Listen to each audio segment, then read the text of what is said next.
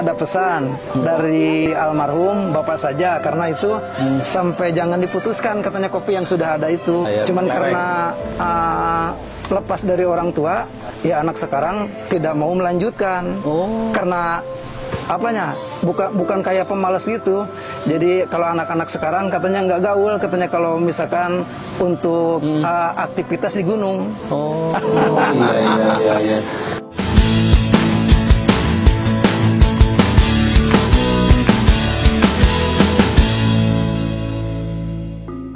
Assalamualaikum warahmatullahi wabarakatuh. Waalaikumsalam. Alhamdulillah, hari ini senang sekali ya kita berada di Gunung Bunder. Ini kita sedang berbicara-bicara ya, Pak Social Traveler ini. Hari ini kita berbincang-bincang dengan tokoh kita, Pak Haji Acang. Bukan Pak Haji, Pak Acang. Oh, Pak Acang, Pak Ustadz Acang ya hari ini. Waduh, senang sekali ini karena lokasi di sini ramai sekali. Kemudian di sini ada 3 lokasi ya. Sini bawah, kemudian berkembang ke Bukit Kabayan, kemudian Bukit Merkusi, kemudian di bawahnya lagi ada air terjun Ciampean. Kita akan tanya-tanya langsung dengan Ustadz Acang nih, bagaimana sejarahnya, bagaimana tantangannya, bagaimana ke depan. Nah, saya sebagai dari masyarakat lingkungan sini ya, katakanlah sebagai warga Kampung Kebon Kopi Bedeng, ya di lingkungan terdekat, karena memang setiap hari ya kita beraktivitas itu ke gunung, Pak. Iya. Ya dari dulu kan kita di gunung itu sebelumnya juga ada camping ground, karena kita gitu di gunung itu pernah buka lahan, ya namanya Tumpang Sari gitu kan. Jadi sebelum saya dari kakek saya. Tahun berapa itu kira-kira? Ya mungkin kalau dari kakek ya sekitar tahun 50-an gitu. 50 udah ada ya? Ya, baru turun-menurun sampai ke bapak. Nah, pas saya itu ikut-ikut bapak ya sekitar tahun 83 gitu kan. Iya. Sampai 85 tuh ikut buka lahan. Sebagai di sana itu jadi penggarap. Oh, di dalam hutan. Intinya bisa secara memanfaatkan lahan, bisa dapat hasil gitu, Pak. Iya. Kalau di sini mah namanya kucai atau gimana gitu ya. Nah, dan juga kopi juga itu sekitar tahun 85 memang sudah tertanam. 85 ya? Itu yang ada itu, Pak. Iya. Makanya itu sudah besar-besar itu. Iya. Yang di gitu. Yang ke bawah itu ya? Iya. Cuman karena lepas dari orang tua, ya anak sekarang tidak mau melanjutkan. Karena apanya? Bukan kayak pemalas gitu. Jadi kalau anak-anak sekarang katanya nggak gaul, katanya kalau misalkan untuk aktivitas di gunung. Iya. Tapi alhamdulillah kopi itu masih bisa dipanen, Pak. Iya. Masih bisa dipanen. Nah, ini kan menarik juga ya, artinya pola kerjasama antara perhutani dengan warga. Kalau dulu kan kita ini kan perhutani semua dikelola perhutani. Nah, kemudian dengan adanya kerjasama dengan warga itu kan warga di sekitar ini kan menjadi ikut terlibat sehingga makmur gitu ya. Ikut makmur lah ya, bukan hanya perhutani aja, tapi warga sekitar juga terlibat sehingga pohonnya pun ada yang mengawasi, yaitu warga, dan warga kan juga dapat juga ya. Emang kalau itu secara warga itu dari tahun 90 memang ini sudah dibuka, Pak. Sudah dibuka. Selain dari penanaman ini, memang warga itu sudah bikin tempat untuk misalkan objek wisata. Cuman kalau dulu air terjun, Pak. Oh, air terjun yang Ciampean itu? Iya, air terjun itu. Nah, ini kan perlu ada tokoh lokal juga yang bisa bisa mengajak semua warga di sini untuk bersama-sama gitu. Nah ini Pak Haji, Pak Ustadz Acang itu memang dari awal seperti itu ya? Ya kebetulan saya itu ya kalau dikatakan ya memang lahir di sini Pak. Oh iya. Lahir di sini. Jadi lahirnya itu di gunung di sini karena kakek saya itu kampungnya di situ yang namanya Desa Tonjong. Jadi kehidupan sehari-harinya itu gitu Pak. Jadi di dalam apa kita kerjanya itu seperti nyangkul sawah gitu juga. Iya, iya. Karena memang lebih terdekat cenderungnya ke kawasan gitu Pak. Iya, iya, iya. Nah ini kan apa? Kalau untuk supaya bersama-sama nih ya warga berkumpul bersama-sama, artinya satu visi lah ya untuk bisa mengelola. Ini gimana hambatan-hambatannya? Kan nggak gampang juga ya mengelola ini. Gimana bisa diceritakan nih Pak? Kembali lagi dengan apa namanya kerajinan kita Pak, gitu kan. Pokoknya kita asal mau gitu kan, asal mau karena memang lahan banyak yang kosong. Cuman seperti itu, kita itu apa menanam secara dengan teratur. Ya, boleh dikatakan seperti tumpang sari atau kita bisa menanam di dalam kawasan. Tetapi kita juga harus menjaga apa yang memang ada di dalam kawasan, ya termasuk hutan lindung, ya kita bisa menjaga itu aja. Dan juga kita apa juga harus bisa nanam juga Pak. Kita harus bisa nanam di antara pohon yang apa yang sudah ada di dalam kawasan.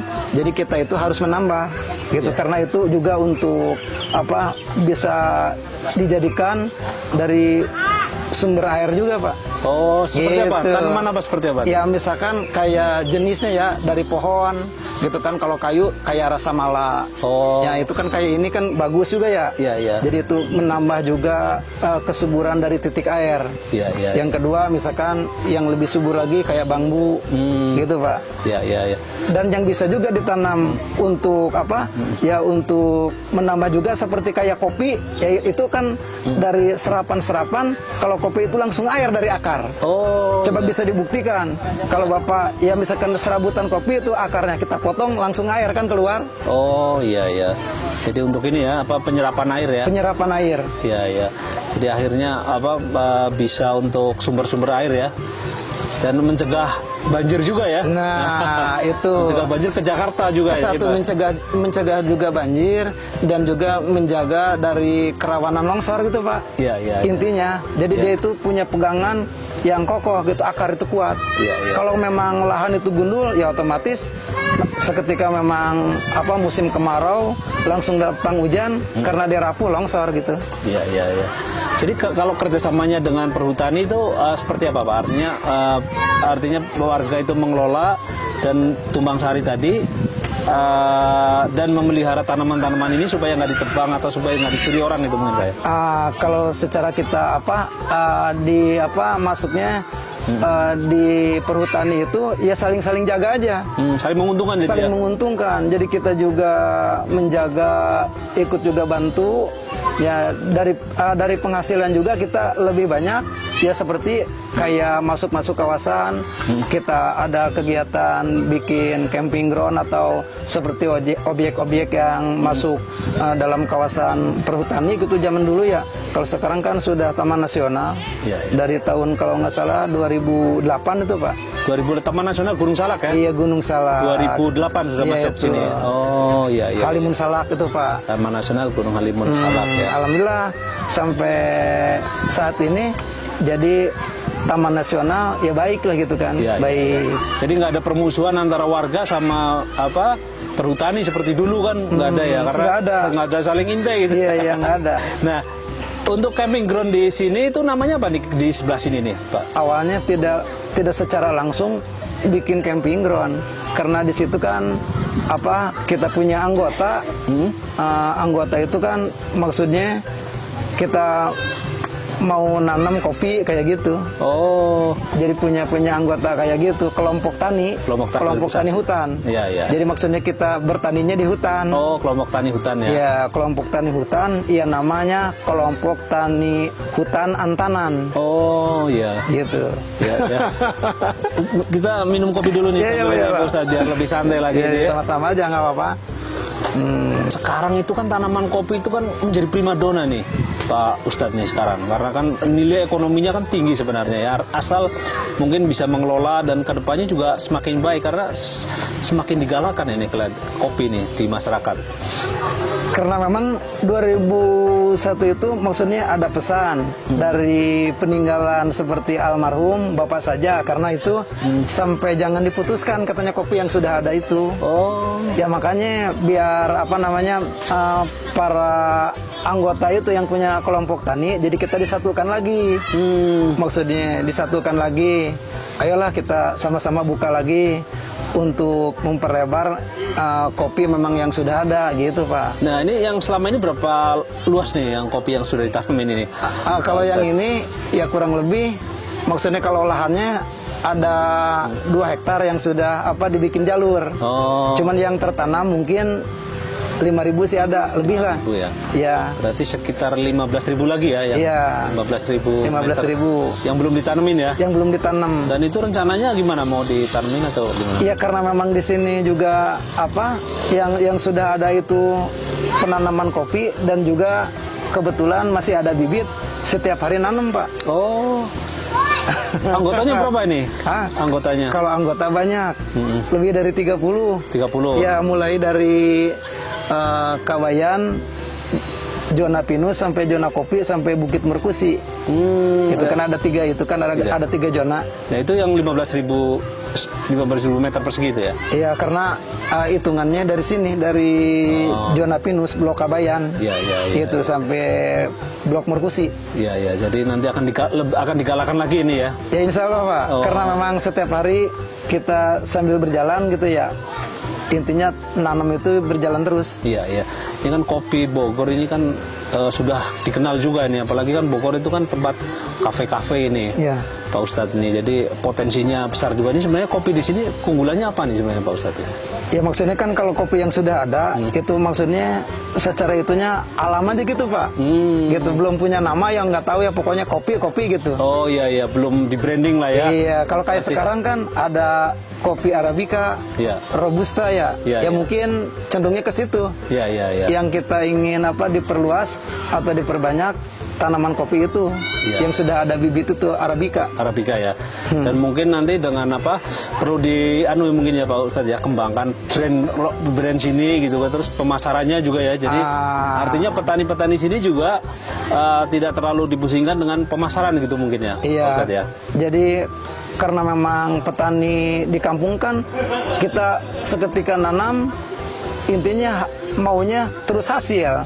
Sedangkan memang secara nanam kopi itu kan prosesnya mungkin 2-3 tahun gitu, Pak ya. Iya. Mungkin baru kepanen. Betul. Ya, cuman mereka nanam dari sekarang ya barangkali nanti kita bisa bisa kepanen, dan juga untuk meningkatkan secara kesemangatan dan kualitas kopi yang ada itu yang sekarang tanam, namanya Arabica dan Robusta ya.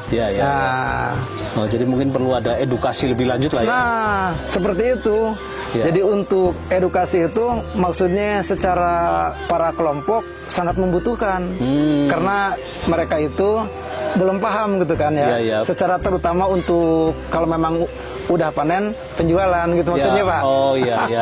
Penjualan. Iya, betul, Pak. Karena di kota besar ini, Jabodetabek ini pertumbuhan kafe-kafe itu memang luar biasa, dan kopi sudah katakanlah sudah menjadi kegiatan untuk menemani kegiatan sosial ini. Jadi prospeknya sebenarnya sangat bagus sekali ini, Pak, kalau dikembangin. Cuman kalau memang kopi yang sudah ada, memang seketika memang itu waktu panen, kita panen, udah tinggal dijemur, bisa dijual ke pasar gitu. Cuman memang harga secara umum gitu, Pak. Oh, masih ini ya, masih belum ke harga yang katakanlah lebih premium lah ya. Masih ke pasar tradisional ya.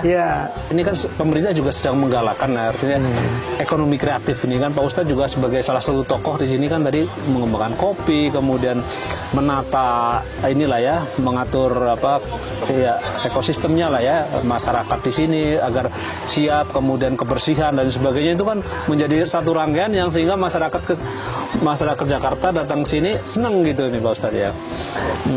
Ya alhamdulillah, Jadi memang kalau setiap ya para pengunjung atau yang ngecamp ya datang kemari memang mereka itu selalu senang. Cuman yang disayangkan itu belum punya kayak misalkan dari camping ground itu kayak kenangan atau gimana gitu, yang belum ada kayak gitu, Pak. Oh iya. Mungkin itu tantangan-tantangan yang nanti mungkin akan kayak maksudnya tanda matanya belum ada gitu kan, yang misalkan yang ngecamp kesini masuk udah pulangnya gitu kan, pulang aja gitu. Kalau mungkin kalau sekarang ya intinya ingin mengembangkan di kopi itu. Kopinya ya di branding ya namanya ya. Jadi namanya bukan hanya zona camping ground. Jadi sekarang mah gitu kan ada zona kopinya juga gitu kan. Jadi setiap memang di lokasi camping ground itu jadi banyak tanaman-tanaman kopi sekarang. Oh iya, juga mungkin nanti kemasan-kemasan khusus gitu ya. Khusus. Mungkin perlu ada kafe juga di sini dan sebagainya mungkin ya. Itu untuk selanjutnya nanti lebih meningkatkan lagi dan supaya berkualitas gitu, Pak. Iya. Dengan pengembangan ini kan masyarakat banyak yang datang sehingga secara ekonomi juga menjadi akan lebih baik lagi ya. Nah kalau dilihat secara keseluruhan nih Pak Ustadz, kalau masyarakat sini berarti masyarakat yang terbuka ini ya? Iya. Artinya bukan masyarakat yang eksklusif, tapi masyarakat yang inklusif terbuka ini Pak Ustadz. Iya. Kemarin kan kita melihat ada di beberapa titik itu ya, misalnya di Malang, kemudian di Wonosobo, kemudian kemarin di Temanggung, kemudian di Sumbawa, itu ada tempat-tempat yang memang dibuka oleh pemerintah kayak gini, tapi ini ternyata sudah ada gitu loh. Jadi di situ memang untuk kawasan supaya masyarakat di situ lebih sejahtera sehingga akan istilahnya pengaruh-pengaruh budaya asing, kemudian pengaruh-pengaruh yang ekstremisme, radikalisme bisa terkurangi. Nah kalau di sini memang nggak ada nih ya Pak Ustadz? Alhamdulillah gitu. Demikian perbincangan kita hari ini. Terima kasih Pak Ustadz Acang. Sama-sama. Saya juga mengucapkan banyak terima kasih. Perkenalan dari saya Pak Acang yang memang selaku dari masyarakat Gunung Bunder 2 Kampung Kebon Kopi Bedeng. Ya. Terima kasih. Ya, terima kasih. Semoga semakin maju ya. Ya, terima kasih Pak. Terima kasih. Oke, siap. Udah.